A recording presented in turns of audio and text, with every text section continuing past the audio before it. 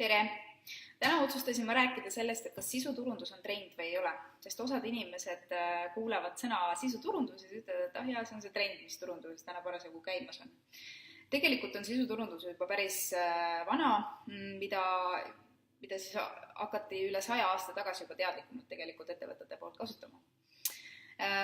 Sisuturundus on võimalus näidata inimestele, või tähendab, ütleme siis nii, et kui reklaamid või kampaaniad on need, mis ütlevad, et mina olen rockstar, aga sisuturundus on see, mis näitab inimestele, et sa tegelikult ka oled rockstar. Üks esimesi sisuturunduse kasutajaid, kes seda siis teadlikult tegi, oli John Deere USA-st, kes siis lõi sellise ajakirja farmeritele nagu The Farrow Magazine ja kus ta hakkas siis talupidajaid või talunikke arendama või harima teemadel, kuidas läbi tehnoloogia kasutamise siis olla edukamad ettevõtjad ja farmerid. Teine võib-olla populaarsem näide maailmas on The Michelin Guide, kus siis Michelini rehvide tootja lõi niisuguse juhise Inglismaa elanikele,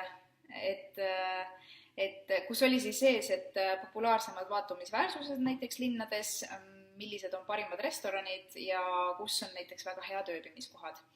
Sellega soovis siis Michelin, et inimesed hakkaksid rohkem 1900. aastal autodega rohkem sõitma, et Michelinil oleks rohkem tööd. Inimesed tahtsid tol ajal autodega vähe sõita, sellepärast et teed olid väga kehvad, aga Michelin Guide siis, ma peast ei oska öelda 100%, aga tõstis siis inimeste liikuvust autodega tunduvalt. Et seda on teadlikult juba ammu kasutatud.